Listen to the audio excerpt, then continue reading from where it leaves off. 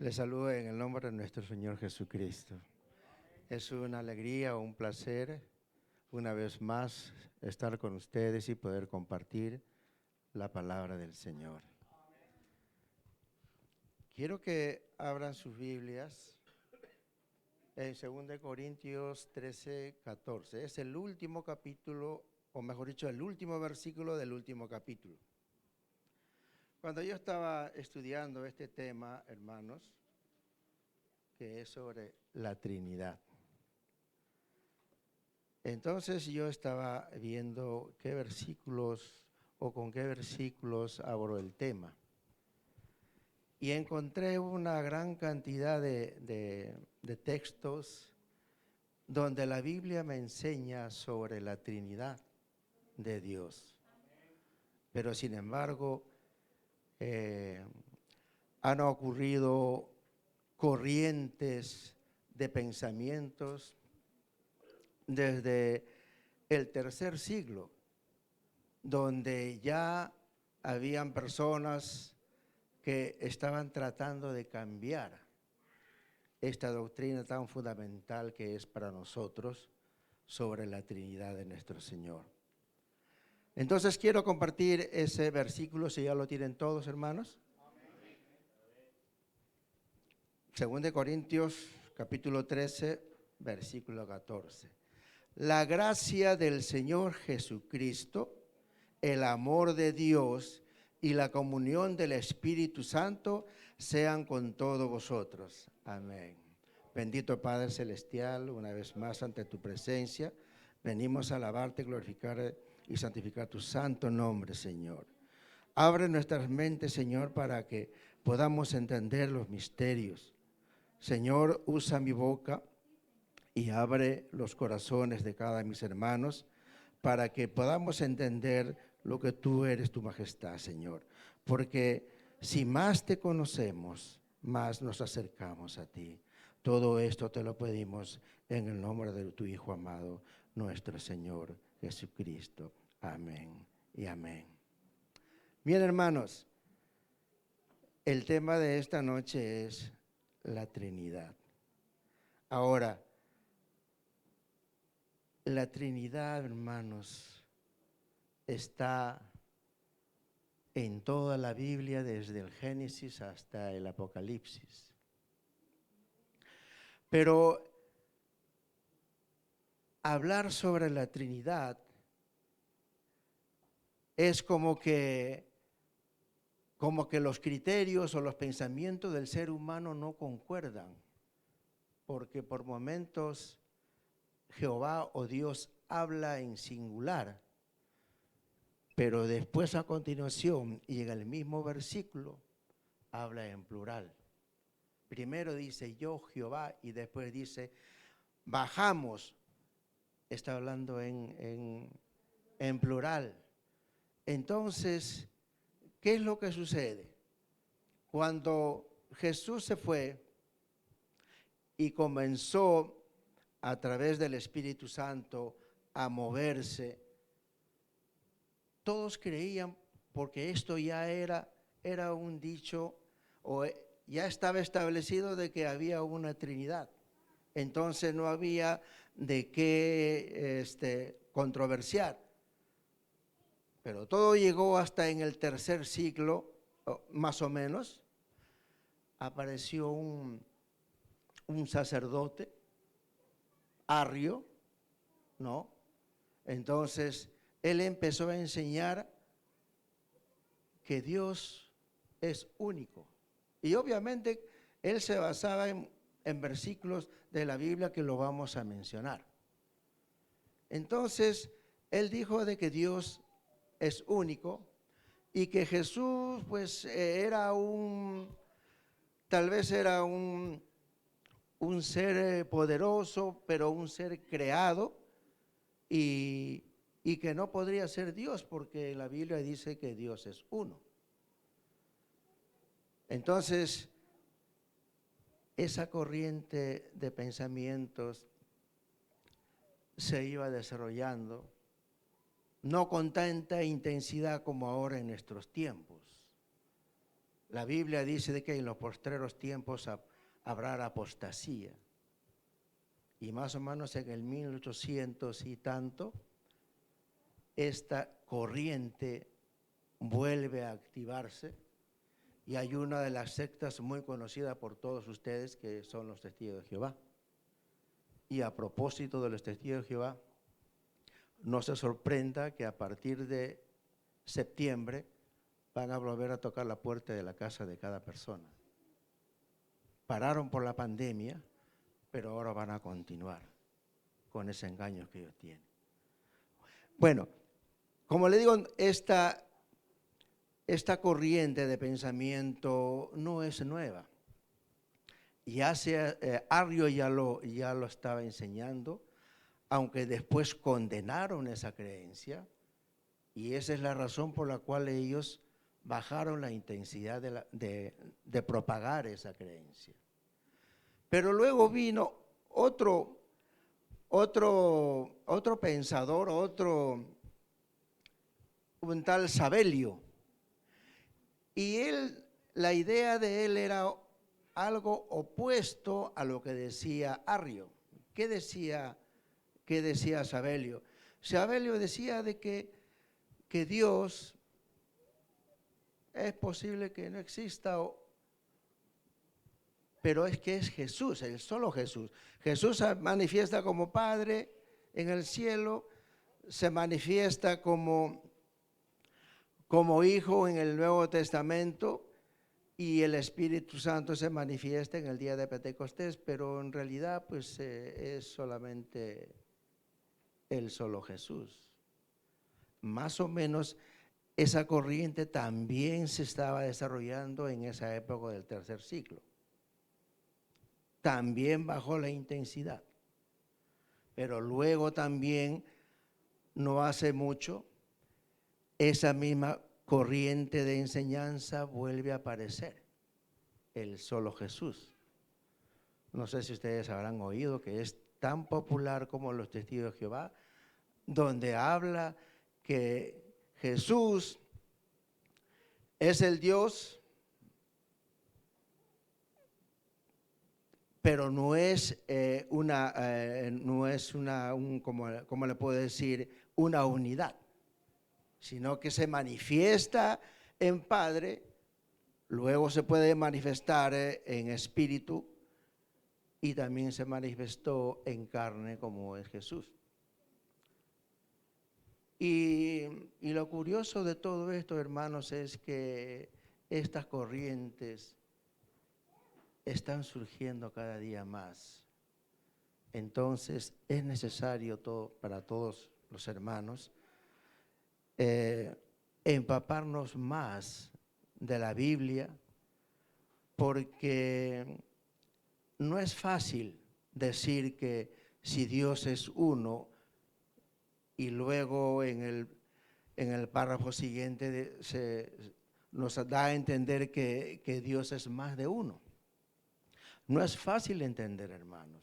Charles Spurgeon dijo en relación a la Trinidad: si tratas de entenderlo, puedes perder la mente. Pero si tratas de negarlo, puedes perder tu alma en relación a la Trinidad. Entonces, hermanos, en esta noche quiero yo enfatizar solamente en este punto, porque ahí en la Biblia nos menciona una infinidad de líneas en la cual se muestra la Trinidad de Dios. Entonces quiero comenzar con la singularidad divina. Y para esto yo quiero, hice algunas anotaciones aquí. ¿Qué versículos me apoya aquí? El versículo que todos usan, tanto los unicitarios como los testigos de Jehová, es Deuteronomio 6:4. ¿Qué es lo que dice en Deuteronomio 6:4, hermanos? Oye Israel, Jehová nuestro Dios, Jehová uno es. Amén. Oye Israel. Usted sabe, hermano, que todo hebreo desde los 7 años creo ya, todo niño tiene que saber de memoria este versículo. Oye Israel, Jehová nuestro Dios, Jehová uno es. Entonces en este versículo claramente habla de que hay un solo Dios y que fuera de él no hay Dios. Y ahora que nos dice en 1 Corintios 8:4, hermanos, también nos habla sobre Dios que es uno. ¿Alguien tiene, por favor, que me pueda leer 1 Corintios 8:4?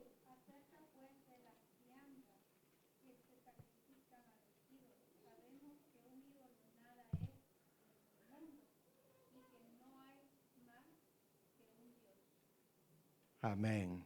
No hay más que un Dios.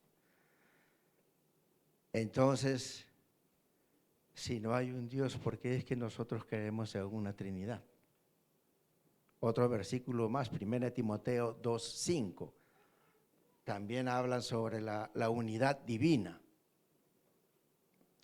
Y aparte de la unidad divina, pues esos textos que logré conseguir, ¿no? Es más que nada para sustentar la unidad divina, la unidad de Dios, que nosotros pues no creemos en 3 dioses como estas 2 denominaciones que peligrosamente se están extendiendo.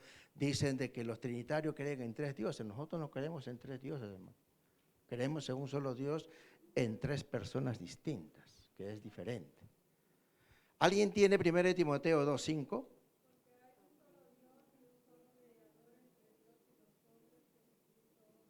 Amén. Hay un solo mediador entre Dios y el hombre. O sea que como que nosotros estamos en el medio. El Dios Padre, el Dios Hijo y nosotros, ¿no? Qué privilegio estar en el medio, porque las dos personas de la divinidad es el que intercede por nosotros. Amén. Entonces, hermanos, ahora queremos hablar sobre la pluralidad divina.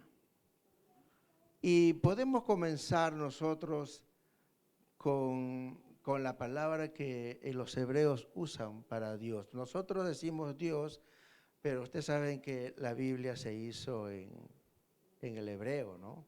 Y el Nuevo Testamento en arameo y griego con E. Entonces, pero la palabra Dios en el hebreo es Elohim. Y Elohim es una palabra que no tiene singular, es plural.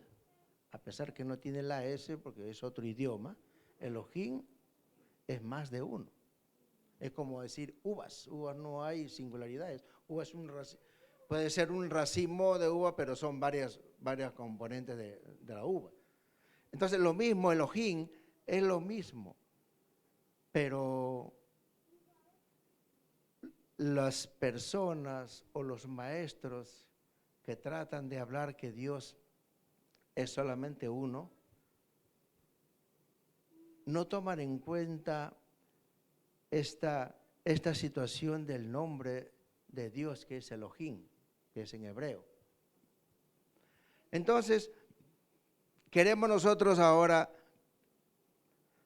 leer algunos textos en Génesis 1:26. ¿Qué es lo que dice? Ya casi desde el primer capítulo de la Biblia ya Dios está hablando sobre su unidad y sobre su pluralidad. ¿Alguien lo puede leer, hermano? Déjeme saber si yo tengo acá también, yo para leer el...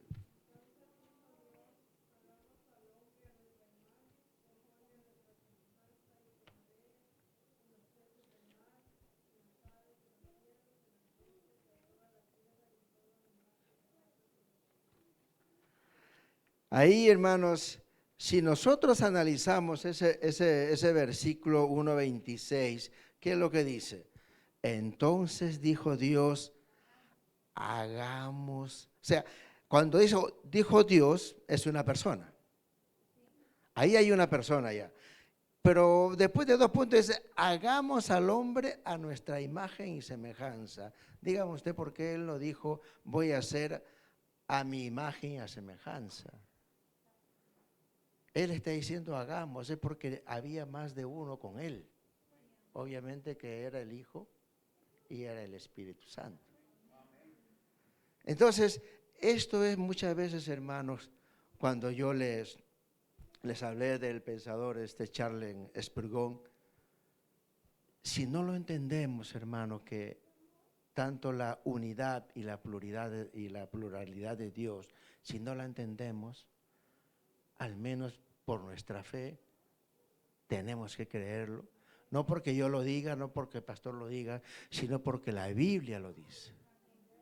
Entonces, eso es lo que nosotros tenemos que ver. Si alguien viene y le dice, no, pues esto no es así porque Dios es uno solo, y te palabrea, y si usted no está bien fundamentado en lo que la Biblia nos enseña, primeramente nos hace dudar.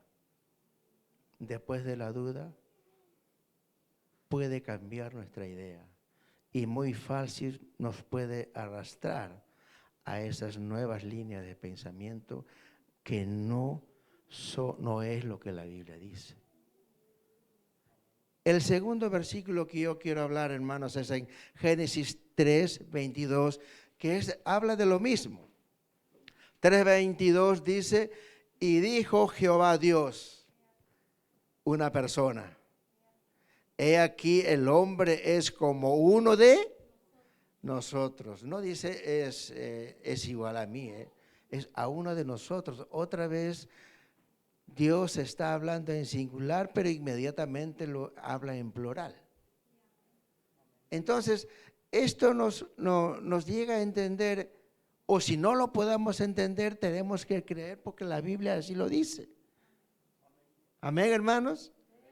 Vamos a dar otro versículo que es Génesis 11:7, que nos dice ahí también, donde se habla sobre la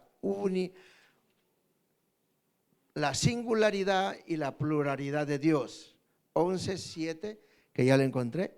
Y ahora pues, descendamos y confundamos allí su lengua para que ninguno entienda el habla de su compañero. Aquí no aparece la singularidad de Dios, pero aparece la pluralidad de Él. Dice, descendamos. Otra vez se habla de que hay otra persona con Él hablando. O sea que Dios, en el Antiguo Testamento, hermanos, hay una revelación sobre lo que es Dios. Pero este misterio de esta revelación se va consumando cuando llegamos al Nuevo Testamento. ¿Y cuándo es que se consuma esta revelación de Dios? Cuando el Verbo se hizo carne. Amén, hermanos. Entonces, vamos a dar otro versículo acá que es Génesis, a continuación, el siguiente versículo, ¿no? Y así los esparció Jehová desde ahí sobre la faz de toda la tierra, y dejaron de edificar la ciudad. Amén. Ahora, vayamos ahora al Nuevo Testamento. Solo en Génesis hemos usado, hay tantos versículos en Levítico cuando la zarza ardía, apareció Jehová a Moisés. Entonces, no podemos dar todos esos versículos, pero la Biblia del Antiguo Testamento está lleno de la unidad y la pluralidad de Dios. Entonces, ahora vayamos a lo que dice el Nuevo Testamento. ¿Qué encontramos nosotros en el Nuevo Testamento? Y es uno de los versículos que más lo hemos nosotros leído. Es sobre el bautismo de nuestro Señor Jesucristo. Y es uno de los versículos, hermanos, donde se manifiestan las tres personas. Amén. Entonces, cuando yo leo Mateo 3:16 y alguien me dice, no, Dios es uno solo. Entonces en mi mente dice, pero si Dios es uno solo, Jesús se está bautizando, viene el Espíritu Santo y se oye una voz del cielo. En ese versículo de Mateo 3:16 se manifiesta en una perfecta unión, el Padre hablando, el Hijo bautizándose y el Espíritu en forma de paloma manifestándose en esa escena. Entonces, hermanos, cuando nosotros vemos todo esto de lo que la Biblia nos enseña, ¿cómo podemos nosotros flaquear nuestra fe e irnos por un lado arriano o por el otro sabeliano, si la Biblia a mí me enseña de que Dios es trino, la palabra Trinidad no está en la Biblia, pero sin embargo la idea está desde el Génesis hasta el Apocalipsis. Amén, hermanos. Ahora, el otro versículo es Juan 16, si alguien lo tiene.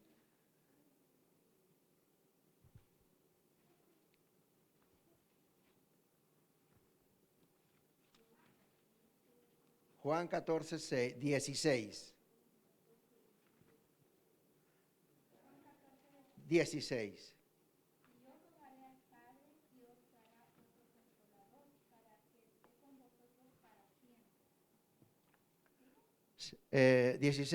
Bueno, en este versículo, hermanos, ¿qué es lo que nos enseña aquí? Dice que Jesús, Él se tiene que ir para que Él ruega al Padre y Él envía un consolador. ¿Para qué? Para que ese consolador esté todos los días con nosotros. Si nosotros nos reunimos acá, Él está con nosotros aquí. Pero sin embargo Jesús también dijo, yo estaré con ustedes todos los días hasta el fin del mundo. Jesús lo dijo. Pero acá en esta parte dice de que es el Espíritu que está. Entonces ahí está la persona de Jesús y la persona del Espíritu Santo. Amén, hermanos. Ahora, uno de los versículos o dos de los versículos que yo enlacé en estos últimos días, hermanos, eso para mí me impresionó bastante. Todos conocemos Juan 1:1. Todos conocemos, en el principio era el verbo estaba con Dios y el verbo era Dios.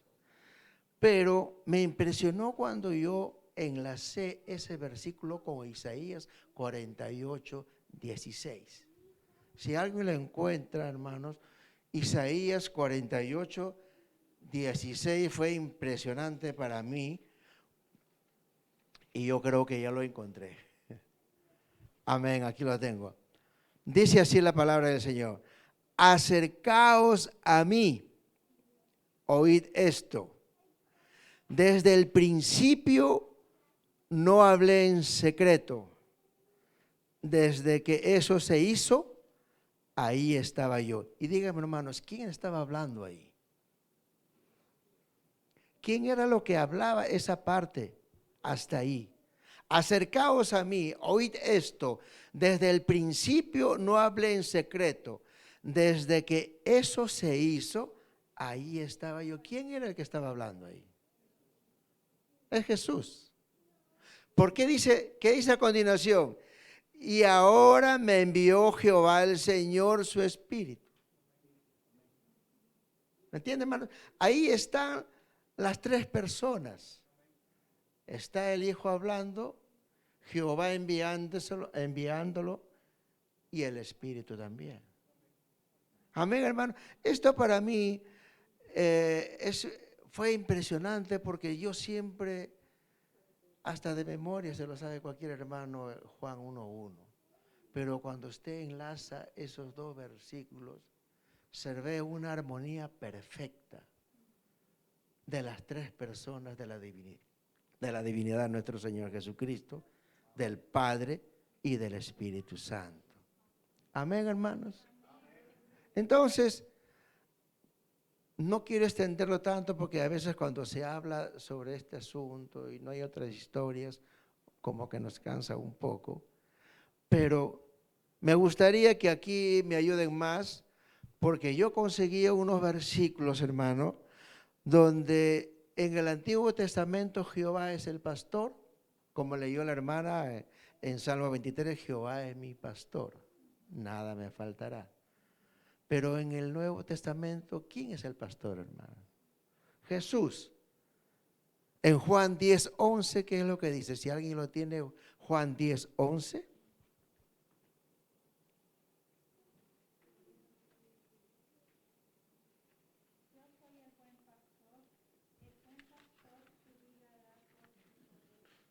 Amén. Y dígame, ¿cuántos pastores entonces tenemos nosotros? ¿2, 3? Tenemos uno, hermano. Jehová es nuestro pastor y Jesús también es nuestro pastor. Amén, hermanos. Ahora, Jesús es creador y Jehová también es el creador. Amén. Juan 1:10, ¿qué es lo que dice Juan 1:10? Y alguien más puede leer en Génesis 2:7. Eso solamente, tengo más versículos, pero quiero solamente comparar del Antiguo Testamento y el Nuevo Testamento un texto de cada uno. Juan 1:10 y Génesis 2:7. Hecho por él. ¿Quién hizo el mundo, hermano? Jesús. ¿Y qué dice en Génesis 2:7?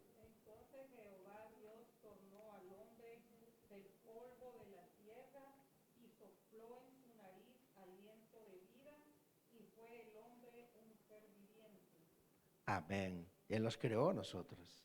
Amén. Ahora, el pueblo de Dios, ¿a quién espera?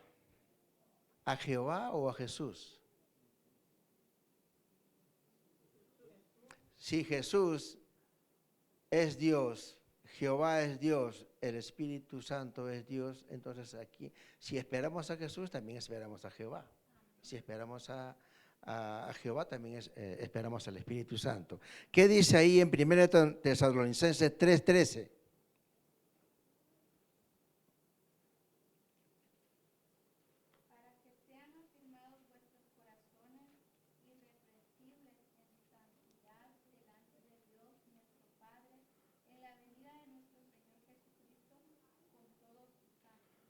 Amén. Él va a venir con todos ustedes. ¿Y qué dice Zacarías 14:5?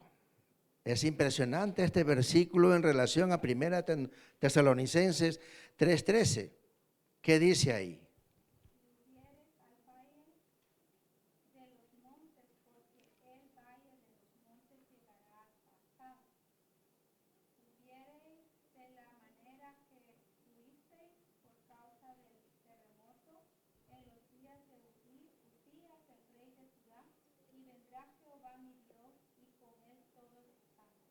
Amén. Vendrá Jehová con todos sus santos y Jesús también va a venir con todos sus santos. Amén, hermanos.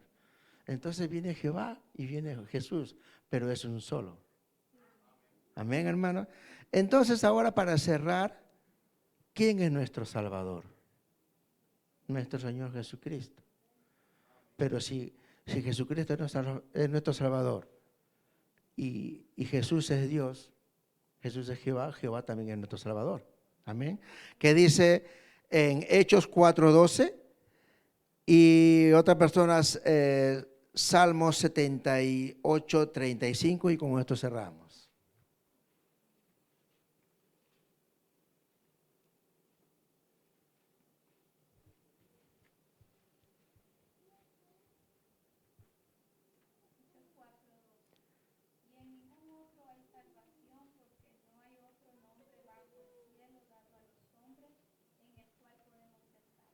Amén, hermano. O sea que el único Salvador es nuestro Señor Jesucristo y fuera de Él no hay quien salve. Pero sin embargo en Salmo 78:35, ¿qué es lo que nos dice ahí?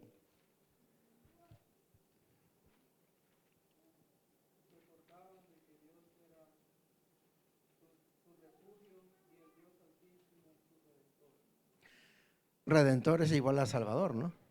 Amén, hermanos. Entonces, quiero cerrar el tema esta noche, hermanos, y exhortarles a que no duden de lo que la Biblia nos enseña.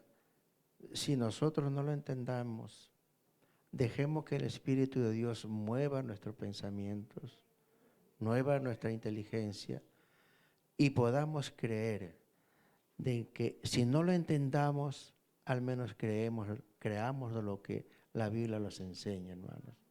Porque si usted, por ejemplo, si usted me dice, si tú me explicas cómo funciona la electricidad, yo voy a creer en la electricidad. Y si yo por más que te explique y no lo entiendes, eso no quiere decir que vas a vivir en la oscuridad. Tú no lo crees, pero sin embargo, tú te beneficias con esa luz. Eso es lo mismo, hermanos. La palabra de Dios es luz. Aunque usted no lo crea, créalo y usted nunca jamás andará en tinieblas, porque Jehová es luz. Amén. E invito, hermanos, a ponerse de pie. Vamos a orar. Que esta enseñanza, estos textos, hayan quedado en nuestros corazones para que